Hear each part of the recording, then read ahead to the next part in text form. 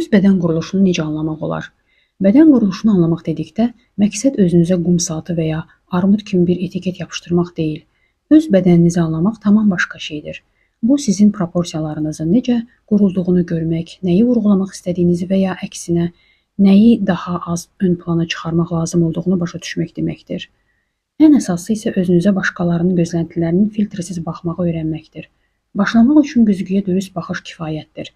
Sadəcə özünüzü müşahidə edin. Həcm harada toplanır? Harada nəyisə dəyişmək, harada isə nəyisə əlavə etmək istəyirsiniz? Bəzən sadə geyimdə şəkil çəkmək də kömək edir ki, özünüzə biraz kənardan emosiyasız baxa bilərsiniz. Və yadda saxlayın, istənilən bədən quruluşu ilə işləmək öyrənmək mümkündür. Bədəninizi öyrəndikcə artıq özünüzü trendlərə uyğunlaşdırmağa çalışmayacaqsınız. Sizə uyğun olan siluetləri seçməyi öyrənəcəksiniz. Bu, çatışmazlıqları gizlətmək haqqında deyil, əksinə, bu azadlıq və sizə ideal uyğun obraz yaratmaq bacarığıdır. Və bundan sonra ən maraqlı mərhələ başlayır fakturalarla, uzunluqlarla və həcm ilə oynamaq.